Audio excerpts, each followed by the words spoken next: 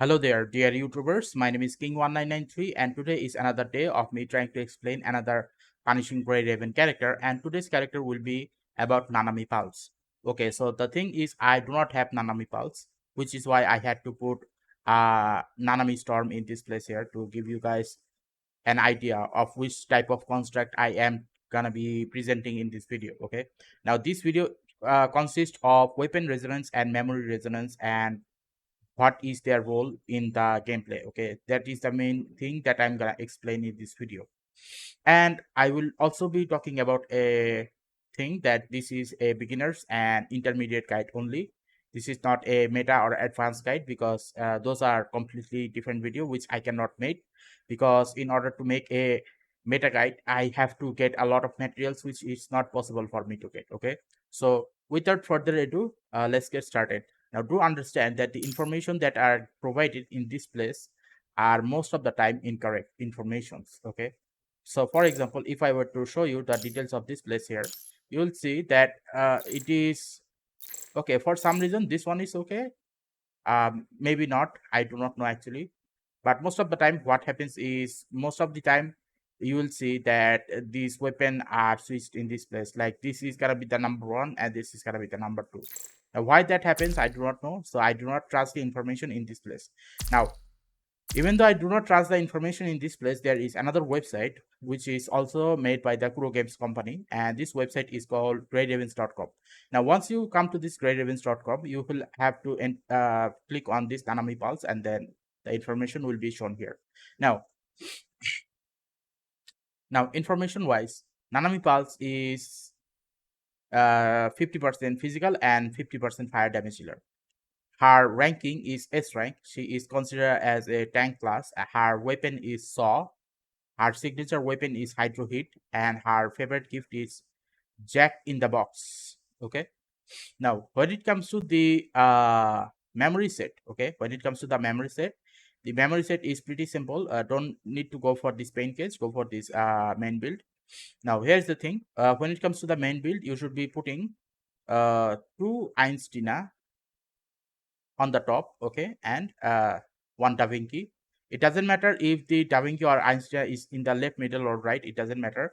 Two Einstein on the top and one Da Vinci on the top, okay, and in the bottom there will be three Da Vinci. Okay, now why in this formation? In this formation, what will happen? The overall efficiency of a character will highly increased. Okay, now, other than that, when it comes to the memory resonance, now do remember, do not mess this up when it comes to the lower one and the bottom one, because it is highly crucial that you follow this method. Okay, like you could get up to 100,000 or maybe like 90,000 more points just for their placement. Okay, now here's the thing. When it comes to the memory resonance, the top memory resonance will consist of HP 75 and attack 15 into 6x. Okay, so attack plus HP, it is going to be 6x. And when it comes to class, okay, the bottom one, when it comes to the class is going to be 6x. Okay, so that's basically how it is going to be. Okay, now other than that, the question remains is this the ultimate awakening set? Yes, it is the ultimate awakening set, and this is also a general purpose QTE set. Okay, so this is basically how Nanami Pulse is built. Nanami Pulse is a tank construct who can basically able to provide you a lot of benefit just by using her QT support. Okay. Now, other than that, when it comes to her weapon resonance consists of the following three. Okay. Now, the four one is given here. I do not know why, but normally there is only three option, not four. Okay. So let's talk about that. So when it comes to diode torch, which is number one. Now, do remember that this is a meta guide build. So if you were to ever have resonance to resonance your weapon, okay, resonance material to resonance your weapon, follow this instruction. Okay. So diode torch, when fire damage is dealt, it will produce Ember effect. Ember reduces the target's fire type resistance by 8% for 8 seconds. Repeat trigger to refresh durations. So you get it right.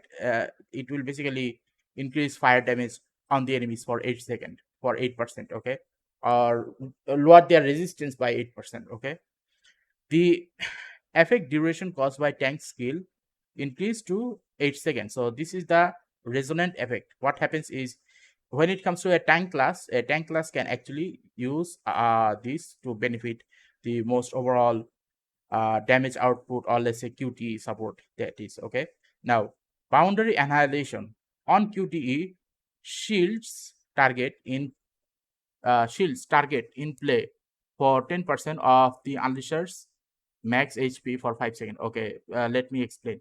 On QTE, produces a shield 10% of the unleasher's max HP for 5 seconds.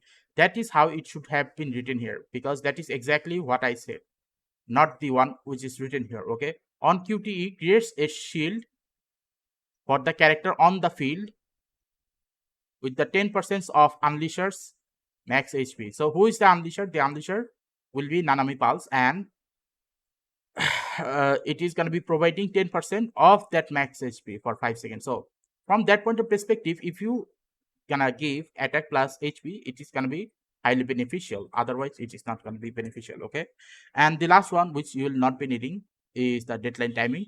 For some reason, because Nanami Pulse is not that much of a great damage dealer, there is no need for you to actually give her deadline timing. So that's basically how it goes. Okay, now other than that, here is the thing.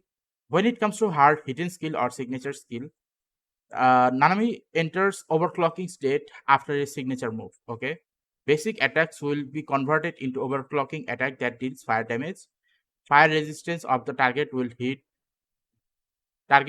will be reduced. Okay, so what it means that whenever you use the signature skill of Nanami Pulse, all her normal attack is gonna turn into fire type of attack. Okay, by doing so, the enemies are gonna take continuous fire damage. Okay, now here's the thing. I have explained all of this. Now the overall question remains is, what is her role? Well, here is the thing. Her role is as simple as that she is a tank type construct. She is able to destroy the enemy's shield faster, and when enemy shield is destroyed faster, the enemies die sooner. So that is point number one. And point number two is, she is also able to provide with QTE support. In doing so, what will happen is she will be able to destroy the enemies off field and on field, both of them, and also able to provide a shield on the character. So not only this character will be able to destroy the enemy shield, rather will also be able to produce a shield on the character for a certain amount of time. So from that point of perspective, you can definitely understand that the benefit of this character. Okay, maybe the shield, giving shield to the a character on the field was the wrong sentence. Okay, remove that. That didn't happen. Deploys a shield that will basically deal 480% of fire damage to nearby enemies and reducing their fire resistance by 10% for 6 seconds. So yeah, that is basically what it means. Okay, so from that point of perspective, I would say that if you are going for a fire team and if you want to destroy the enemy shield a lot faster, just use Nanami Pulse instead of anyone else. Okay, for example, what is happening in my case, let me show you, is that I do not have Nanami Pulse. Okay, I am trying to get Nanami Pulse, but I don't have Nanami Pulse, and instead of Nanami Pulse, I had to rely on Leap Fire to actually provide support. Okay, but here's the thing. Leap Fire is not the best support. Leap Fire is the best DPS, but because this one is an S rank, I had to do that. Okay, now you might be saying, okay, isn't my Leap Fire triple S rank? Well, yes, but there are many problems to it. So let's just say, if you were to have all of them, then I would suggest that you use Leap Fire as a main damage dealer, then use Silver Fang as uh as support and healer, and use Nanami Pulse as support and enemy shield breaker. Okay, so that's basically the main purpose of Nanami Pulse. Okay, now Nanami Pulse, unlike Karina Amber, is much easier to understand, much easier to use. So from that point of perspective, I would highly suggest that you use Nanami Pulse whenever it comes to fire related damage dealing to the enemy. Okay, now if you find this video interesting or useful, then please give a like and subscribe and click the bell notification icons to get more of this type of topic on a regular basis. Thank you and see you again next time.